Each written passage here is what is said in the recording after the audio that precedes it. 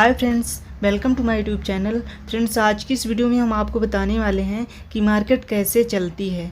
Market के insider में बैठे लोग आपको कैसे गेम करते हैं, कैसे आपको एग्जीक्यूट करवा देते हैं, मार्केट को अपने हिसाब से चलाने वाले लोग कौन हैं। फ्रेंड्स, अगर आप नए ट्रेडर हैं तो ये वीडियो आपके लिए काफ़ी हेल्पफुल होगी, इसलिए आप वीडियो को अंत तक देखना।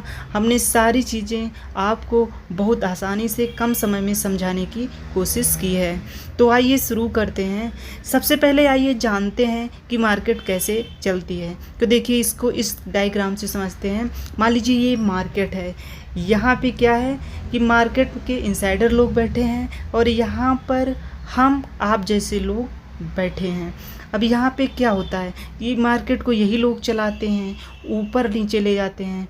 देखिए, ये लोग कोई इलीगल काम तो कर नहीं सकते और ना ही करते हैं, क्योंकि सेबी के जो रूल और रेगुलेशन है वो काफ़ी सख्त हैं, इसलिए चाहे भी तो भी कोई इलीगल काम नहीं करते हैं। ये सही ही करते हैं, यानी गलत काम ये नहीं करते हैं। अब आपके दिमाग में कुछ ऐसा हो तो आप अभी से निकाल दीजिए। आपके साथ कोई भी बुरा नहीं होता है, बस तो होता है क्या आपके साथ। देखिए, इसको ऐसे समझते हैं।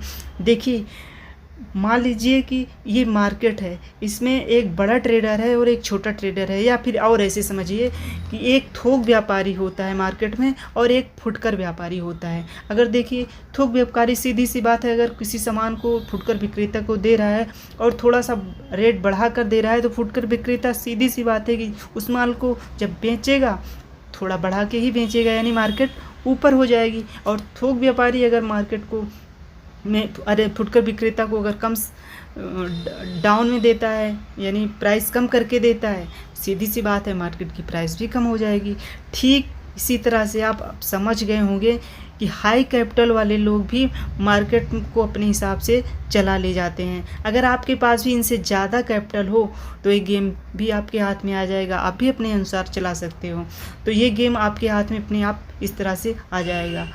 तो अभी तक आपने इन सभी बातों को समझ लिया होगा। अब आइए जानते हैं कि मार्केट के इनसाइडर कैसे मार्केट को चलाते हैं। तो देखिए, ये देखिए मार्केट है, यहाँ पे इनसाइडर हैं और यहाँ पे रिटेल हैं। रिटेल मतलब कि हम लोग, जो रिटेल लोगों की संख्या होती है हज़ारों लाखों करोड़ों में होते हैं, और इनसाइडर लोग कुछ गिने चुने ही होते हैं इनकी संख्या। लेकिन इनकी जो कैपिटल होती है पूरे मार्केट की, उसके 70 से 80% इन्हीं की होती है। बाकी जो 20 से 30% होती है उसमें हज़ारों लाखों ट्रेडर होते हैं। तो मान लीजिए कोई ट्रेड चल रहा है और उसकी मार्केट कैपिटल जो है वो 1 करोड़ है, तो ऐसे समझिए कि 70 लाख तो इन्हीं लोगों का होता है। बाकी 30 लाख लोग, मतलब जो 30 लाख होता है वो रिटेल ट्रेडर का होता है। इसी में हज़ारों लाखों लोग होते हैं।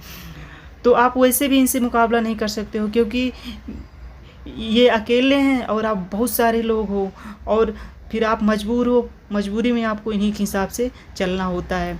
तो ये लोग क्या करते हैं कि मार्केट को ऊपर करते हैं और नीचे करते हैं। बाई लक जो होते हैं, जो इनके साथ बाई लक इनके साथ जो हो लिए उन्हीं का प्रॉफिट होता है, बाकी तो लॉस में ही चले जाते हैं। इसलिए मार्केट में आपने सुना भी होगा, और वैसे भी रियल है कि 90% लोग अपना पैसा गंवा के ही आते हैं। जो लोग होते हैं कि अपनी जमा पूंजी लेकर आते हैं और इनको दे करके चले जाते हैं। अब बाई लक है, 1 2 बार 3 बार 4 बार प्रॉफिट हो गया, नए नए हैं तो लालच में आके धीरे धीरे पूंजी लेते हैं और उसको डुबो देते हैं। वो कर्जा उधार लेके भी यहाँ पे क्या कहते हैं, वो अपना ट्रेडिंग करते हैं। उनको मार्केट की इतना समझ नहीं होती, या समझ भी होती है तो भी लॉस होता है। सबका लॉस होता है, इनका भी लॉस होता है, लेकिन ये है कि ये चला रहे हैं तो इनका उतना लॉस नहीं होता है जितना कि रिटेलर लोगों का होता है, छोटे मोटे ट्रेडर का होता है। तो आप समझ गए होंगे कि मार्केट में क्या गेम होता है। तो सीधी सी बात है कि मार्केट को यही लोग चलाते हैं, और आप अगर ट्रेडिंग कर रहे हैं तो आपको भी इन्हीं के अनुसार ही चलना होगा। अगर इनके अपोजिट साइड जाएंगे तो लॉस होना फिक्स है।